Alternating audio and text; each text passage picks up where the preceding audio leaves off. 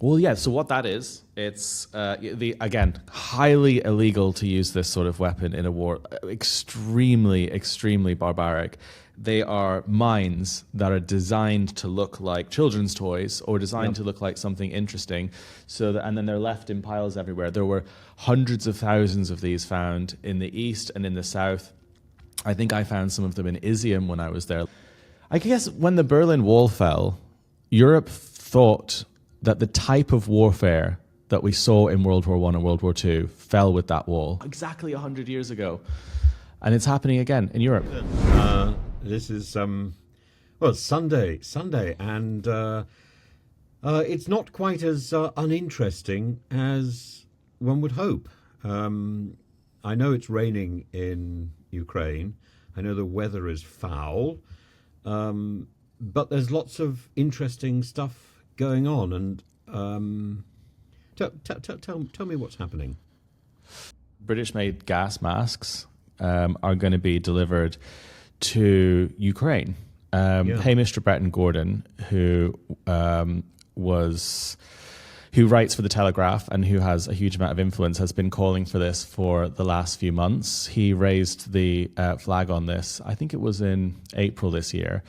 And it's the fact that there's been 4,000 recorded instances, this is by the Kyiv Independent, of uses of gas on the trenches in the east of this country just this year. And the year before, I think it was only 600. So it's gone up massively. And what is also quite strange is this is 2024.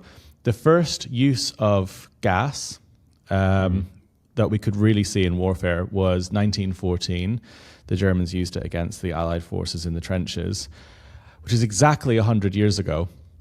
And what Putin's done is he's brought 1914 back to Europe exactly 100 years later in the trenches of Europe. And the way that he's done it is it's such a strange thing to imagine, because the way that gas was used back in World War One was, they would throw canisters, they would be launched. The way that they use gas in this country is the Russians drop canisters of gas from the drones. We've seen these drones that they make, these little Mavic drones, these handmade drones. They drop them from those drones straight into the trenches, causes people to start vomiting. A lot of the time it's CS gas, it's different types of gas, sometimes it's chlorine gas. Then their only option is to leave those trenches, to run from those trenches, and then they come under heavy artillery fire. So it's just so barbaric. And so suddenly there's a demand for gas masks immediately in this war. There's been shortages of certain types of equipment, tanks, types of air supplies, and now suddenly it's gas, which is just horrific to imagine that in this country here, Ukraine doesn't feel much different to anywhere else in Europe. This is happening, that World War One is basically happening again. And I remember when, this would have been probably like exactly a year ago, I was in a town near Bakhmut in the east of Ukraine, probably a 9-hour drive east from here. And I saw trenches being dug, fallback lines, with a JCB digger. And it was like World War One again. Back then they would dig them with shovels and with crude things, and this time they're digging them with British JCB diggers and guys in high-vis jackets doing it. And it's the most surreal thing ever. And we're digging trenches with modern British diggers, and we're dropping gas through modern drones with cameras in them from the skies. And it's this crazy contrast. So it's really good that the British have said that they're going to do this. It looks like Ukraine have asked for 90,000 gas masks. And this company, which is based in Wiltshire, is going to provide a lot of them, which is really amazing. But there we go again. The British are making gas masks for the trenches in Europe this weekend. And another point to this is both types of gas that are being used by the Russians right now are illegal under the 1993 Chemical Weapons Convention, of which Ukraine and Russia are both signatories of. And the UN will probably rightfully condemn this at some point, but they should absolutely hold Russia to account for it. But it's so depressing. It's so depressing. But exactly 100 years ago, and it's happening again in Europe. I think that's not the that's not the only bit of history repeating itself.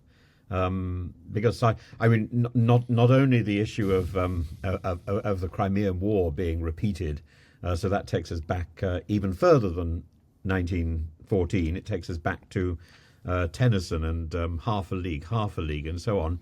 But the incompetence is being repeated, and we wouldn't be in this position. I was having a chat with someone today about this. We wouldn't be in this position if we had been ready for Putin's invasion. So we were so dismissive about the invasion of Crimea in 2014, and we weren't ready for that.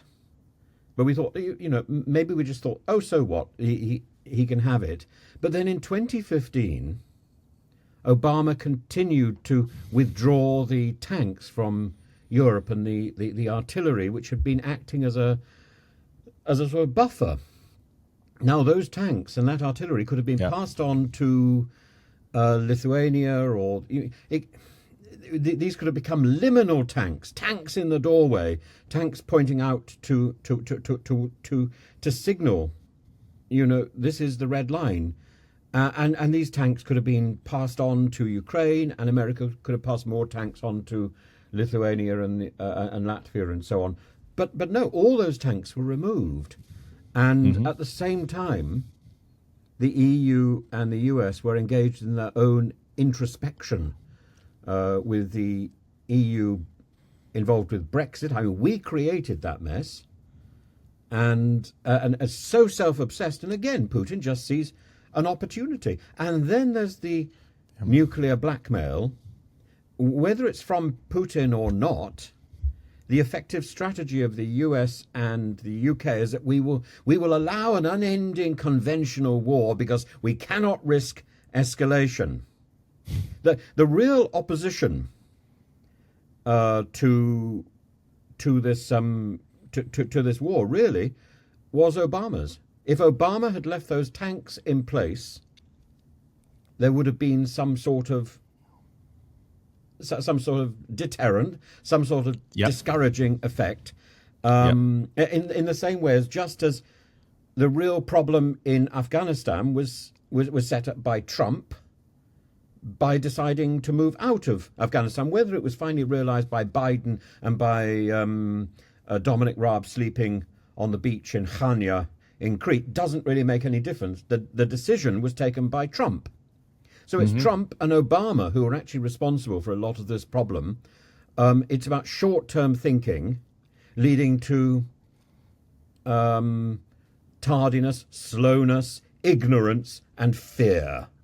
And therefore complete incapacity. And that mirrors, does it not really? It sort of mirrors very oddly the British and the generals in the First World War. There, they weren't. It wasn't that they were inadequate. It was that they were sort of overprepared, but overprepared for one particular scenario, which didn't happen, and then they were left in a position where they didn't quite know what to do, and they were relying on authority and knee-jerk responses, which were just leading to people dying. Yeah, and we're back in trench warfare. Yeah, I guess when the Berlin Wall fell, Europe thought that the type of warfare that we saw in World War I and World War II fell with that wall. I think Europe thought that's over. The case. Yeah, because that's what we think. You were there. You can see it. You can see the effects of this. And you were looking earlier at the chemical warfare being used by Putin in this war. You were looking at the phosphorus thing. Yeah, so this was what the documentary I was here to make last year was about with John Sweeney. We went to the east, we went to Donbass, and at night we saw this bizarre, it looked like a firework melting in the sky. And we asked one of the locals what it was, and they said, oh, it's Lustra, which translates to chandelier. We said, okay, what's Lustra?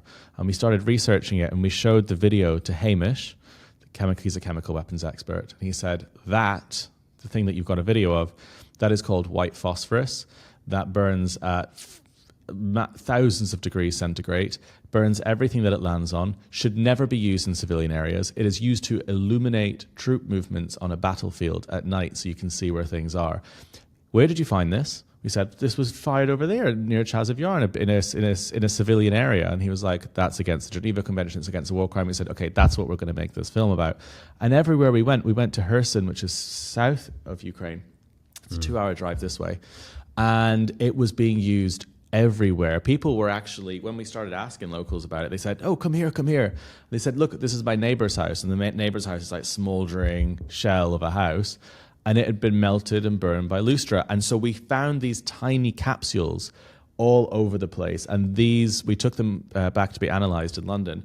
And they were capsules to carry thermite, which is basically what white phosphorus is when you put it in that type of munition. And they were everywhere, all over the streets of Kherson. So that's illegal, against the Geneva Convention. It's against it's the most inhumane, disgraceful thing you can do in war against civilians. You know, there might be people in the comments saying, "Oh, it's a war. What do you expect? Of course, they're going to be dropping stuff." In civilian areas in Europe, yes. It is absolutely insane. And now what they're doing in Kherson is, I don't know whether they've ran out of Lustra, but they've decided to switch it up and start dropping grenades and dropping munitions on random civilians. Zarina, one of my closest friends, left for Kherson yesterday. I'm going to go and join her next week for a couple of days to do a report about this. But she has been filming every day these random drone attacks. It's like they basically just sit there with their remote control or their goggles, and anyone that's leaving their house, at the market, at the supermarket, wherever they are, they're literally just dropping munitions on them. There's been like countless civilians killed. It's again, it's like World War I style. And there's a lot of these butterfly mines being dropped, I believe. Well, yeah, so what that is, it's, again, highly illegal to use this sort of weapon in a war. Extremely, extremely barbaric. They are mines that are designed to look like children's toys or designed to look like something interesting. And then they're left in piles everywhere. There were hundreds of thousands of these found in the east and in the south. I think I found some of them in Izium when I was there last year. And they're designed for curious people or for children to pick up and explode, not soldiers, children. This is what is happening in Europe in 2024 now. And I think a lot of people might not know about it because it's so unbelievable, so hard to get your head around. You know, we think that we've moved away from all of this stuff. And again, that's why I wanted to talk about it this weekend, because it's like the British, in Wiltshire, in Cheshire, there's a factory making gas masks because they're to be delivered here to the trenches because the Russians are gassing people with drones. That's being made in Cheshire this weekend. Like, it's this close to home as well. I'm still struggling to get my head around it, and I've seen a lot of this stuff firsthand. But yeah, insane. Well, look, be careful, and we'll catch up again very shortly. Just we need to talk at some point about the Ukrainian response to the effective decision not to allow the Storm Shadow to be used, and where that's going. But maybe we should leave that for another day. Well, it's difficult. Yeah, I mean, I think that case feels like it's gone cold. I don't think the government are going to.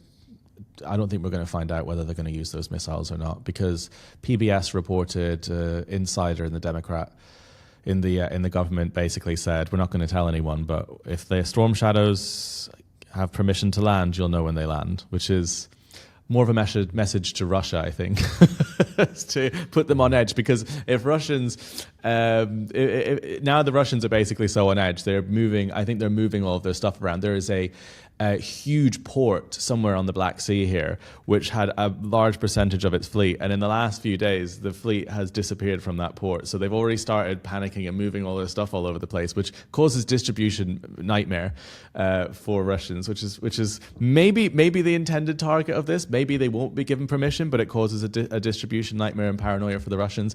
Maybe they've already fired them. We don't know. Am I right in that the Russians are now pushing back in the Kursk region? Yes, they are. They are actually. There's some pretty depressing maps showing this at the moment. I mean, obviously, Kursk wasn't about actually invading Russia, because Russia needed to be liberated. I mean, it does need to be liberated, but not that wasn't the point of this one. The point of it was to hold that land. Ago. Yeah, so a slightly different thing.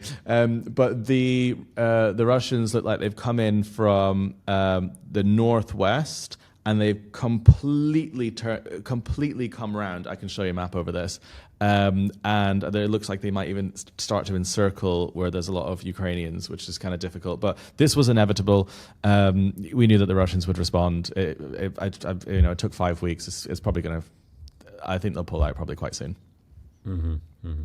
Well, look, we will catch up shortly. Thank you very much, Caolan. Thank you very much.